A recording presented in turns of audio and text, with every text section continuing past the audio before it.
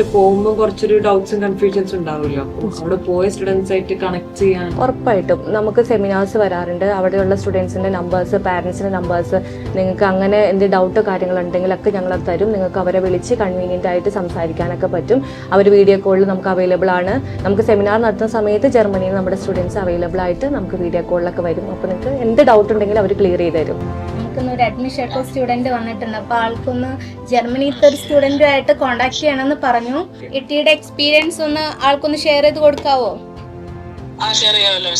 ഓക്കേടാ. Hi hi, പേരെന്തായിരുന്നു? പാർവതി. ഞാൻ ഗോഡ്സ് ഓണില് 2023 എന്റെ ലേണിംഗ് ഞാൻ സ്റ്റാർട്ട് ചെയ്തിട്ടുണ്ടായിരുന്നത്. ആസ് ഫോർ A1 തൊട്ട് B2 വരെ അറൌണ്ട് 6 months കോഴ്സ് ആയിരുന്നു അത്. ആസ് ഓഫ് ഞാൻ A1-ലായിരുന്നു. ഞങ്ങൾ കുറച്ച് ഫ്രണ്ട്സും ഞങ്ങൾ എല്ലാവരും കൂടി ചേർന്നിട്ട് ഞങ്ങൾ കോഴ്സ് സ്റ്റാർട്ട് ചെയ്തിട്ടുണ്ടായിരുന്നത്. ഞങ്ങൾക്ക് ഫസ്റ്റ്ലി പറയുകയാണെങ്കിൽ ഞങ്ങൾക്കൊരു കറക്റ്റ് ബേസ് ഇട്ടിട്ടുണ്ടായിരുന്നു ഞങ്ങളുടെ ലാംഗ്വേജിൽ തന്നെ. അത് നമ്മൾ ഈ ഏത് ലാംഗ്വേജിലാണെങ്കിൽ കറക്റ്റ് ഒരു ബേസ് ഫൗണ്ടേഷൻ ഞങ്ങൾക്ക് കിട്ടിയിട്ടുണ്ടായിരുന്നു. അതുകൊണ്ട് നല്ല ഹെൽപ്ഫുൾ ആയിരുന്നു. സോ ജർമ്മനി എങ്ങനെയുണ്ട്?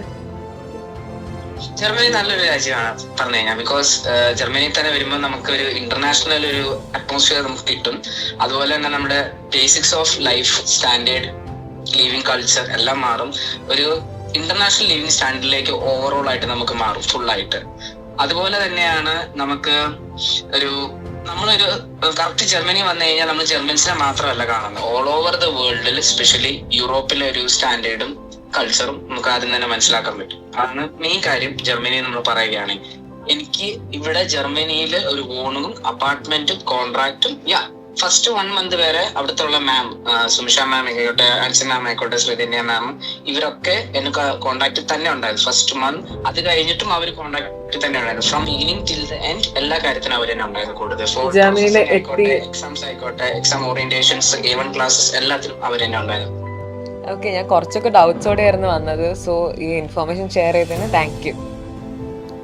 Thanks for God's also. അവരും ഫണ്ട് ബിഗിനിങ് ടിൽ ദ എൻഡ് എന്റെ കൂടെ ഉണ്ടായിരുന്നു. അതുകൊണ്ടാണ് എനിക്ക് ഈ ഇൻഫർമേഷൻ ഷെയർ ചെയ്യാൻ പറ്റുന്നതും ജർമ്മനിയിൽ നല്ലൊരു ലൈഫ് ലീഡ് ചെയ്യാൻ പറ്റും. So first thanks to God's. Okay, nice.